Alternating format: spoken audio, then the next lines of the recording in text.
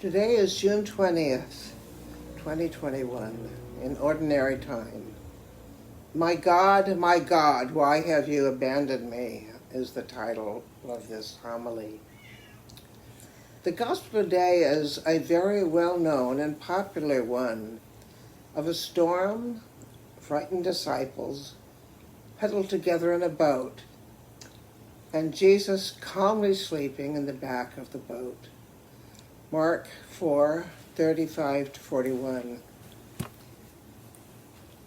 On that day, when evening had come, he said to them, "Let us go across to the other side." On leaving the crowd behind, they took him with them in the boat, just as he was. Other boats were with him. A great windstorm arose, and the waves beat into the boat, so that the boat was already being swamped. But he was in the stern, asleep on the cushion. And they woke him up and said to him, "Teacher, do you not care that we are perishing?" He woke up and rebuked the wind and said to the sea, "Peace, be still." Then the wind ceased, and there was a dead calm. He said to them, "Why are you afraid? Have you still no faith?"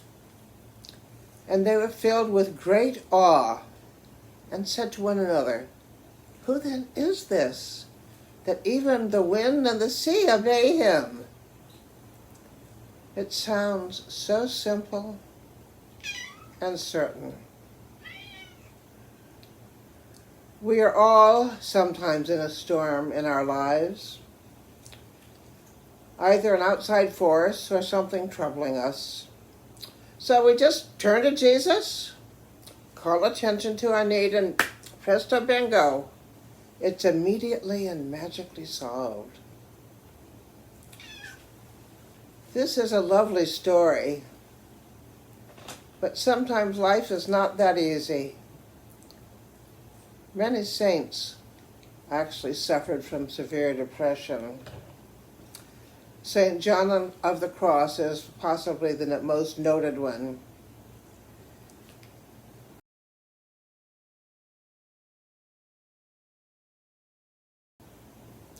The great Spanish mystic St. John of the Cross became a Carmelite monk in 1563 and helped St. Teresa of Avila to reform the Carmelite order, enduring persecution and imprisonment for his efforts. Both in his writing and in his life, he demonstrated eloquently his love for God.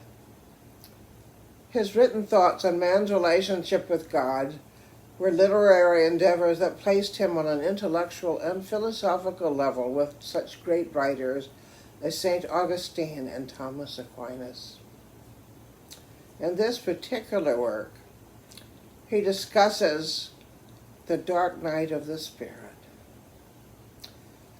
which considers afflictions and pain suffered by the soul. St. Teresa, of course, shared the same suffering that he did. And more recently, Mother Teresa of Calcutta.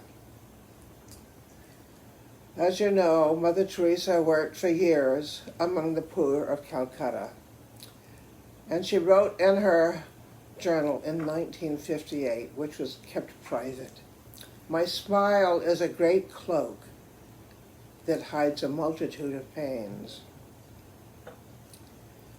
Because she was forever smiling, people thought, my faith, my hope, and my love are overflowing, and that my intimacy with God and union with His will fill my heart.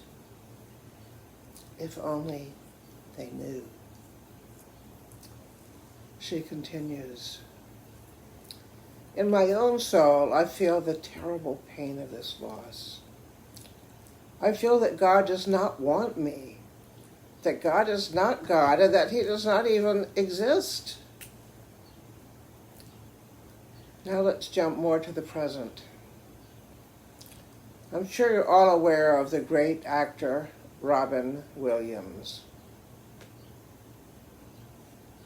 He is known for many movies, among which is Good Morning Vietnam, and then there's Good Will Hunting, Mrs. Doubtfire, one of my favorites, The Fisher King, The Dead Poet Society, Patch Adams, and The Birdcage. And yet, despite his long successes and apparently happy marriage, he often suffered from deep bouts of depression. He even gave advice about it, as can be seen by the picture of him below.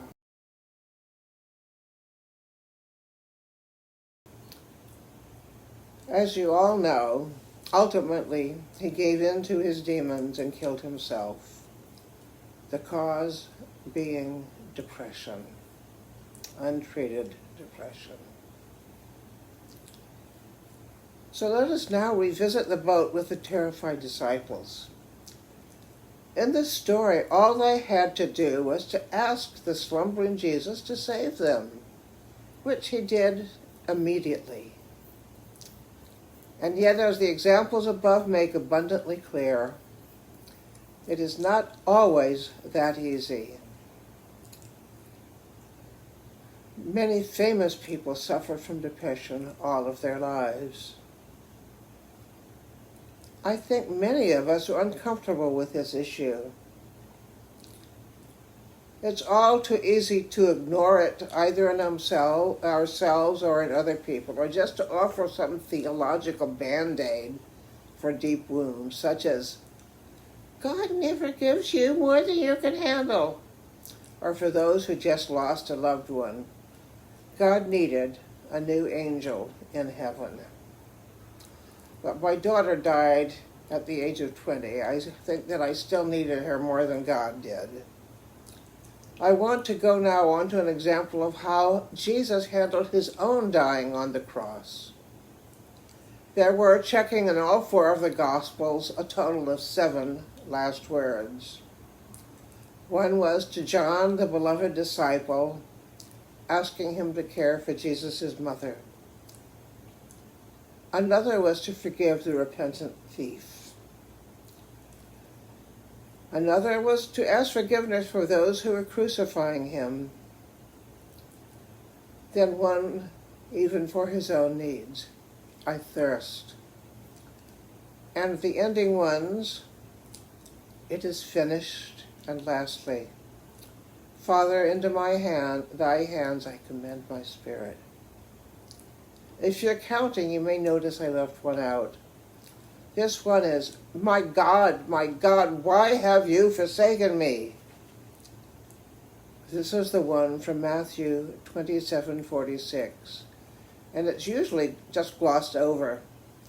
Biblical exegetes sometimes say he was just echoing a passage from a psalm that pointed to the coming Messiah. Others may exhort because their understanding of Jesus as Christ simply does not allow him to doubt, to be afraid, or feel abandoned. But I take it seriously.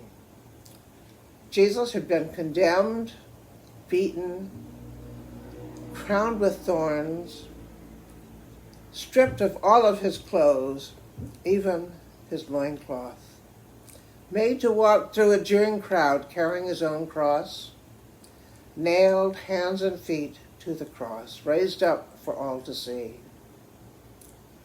It was noon. The sun was high, beating down mercilessly on this common criminal. The only ones to be there to comfort him, Mary, his mother, and a few more women, and John, the only male disciple who had not run away. They could not even wipe his brow, but they just simply had to endure watching him hour after hour as life drained out of him. So I truly believe those words of despair were spoken from deep within his soul. I've also had some major depressive episodes in my own life. The deepest perhaps when I'd gone in for knee surgery and on the day of discharge woke up totally and inexplicably deaf. When the doctors had literally no clue why this had happened or if I would ever hear again, I sank into such a deep depression that I was put on suicide watch, with a staff employee sitting next to my bed staring at me night and day. As I lay there trying to come to grip with the possibility of living the rest of my life as a deaf person, my only outlet was poetry. And so I wrote, "The birds are singing somewhere.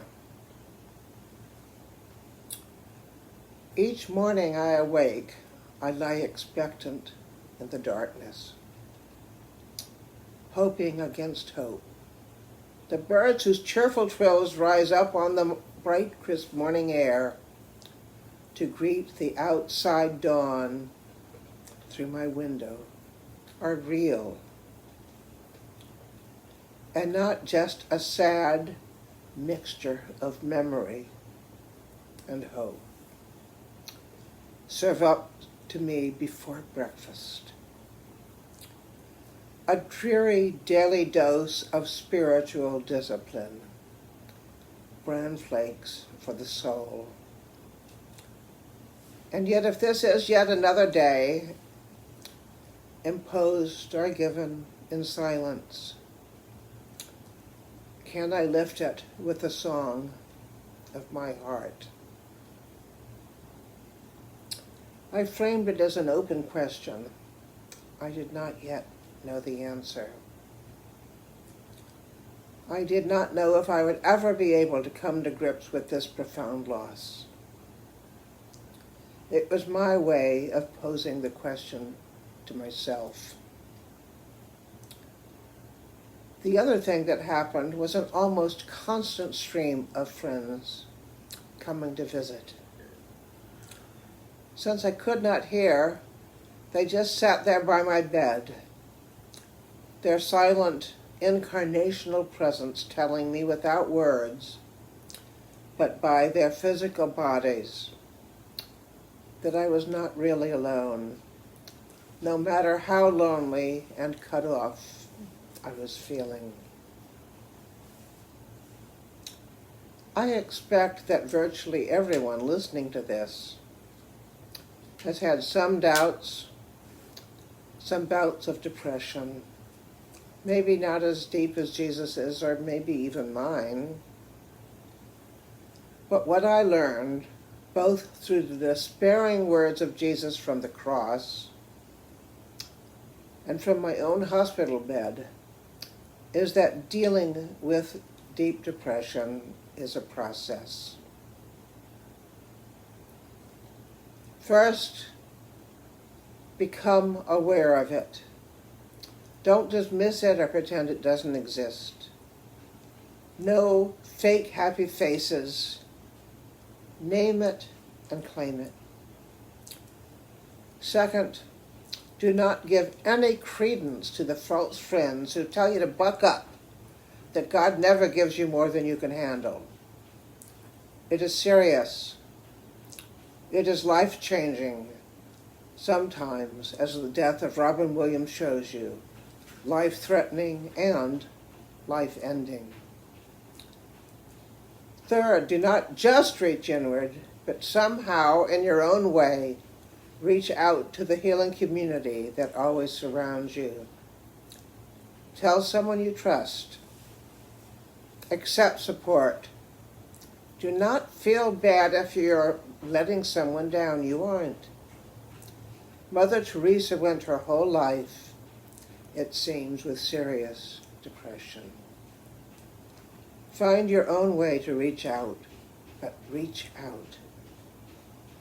A few decades ago, this was much easier.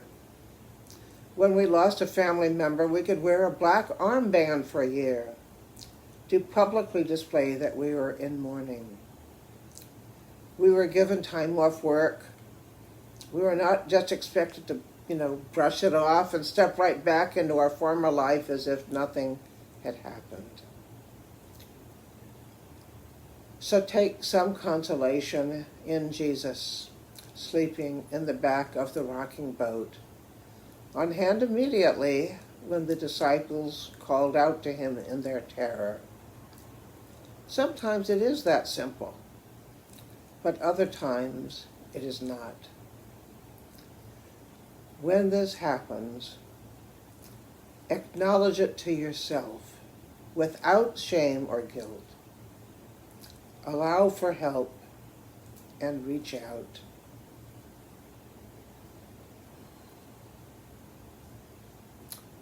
Somewhere, knowing that the birds really are singing. Done.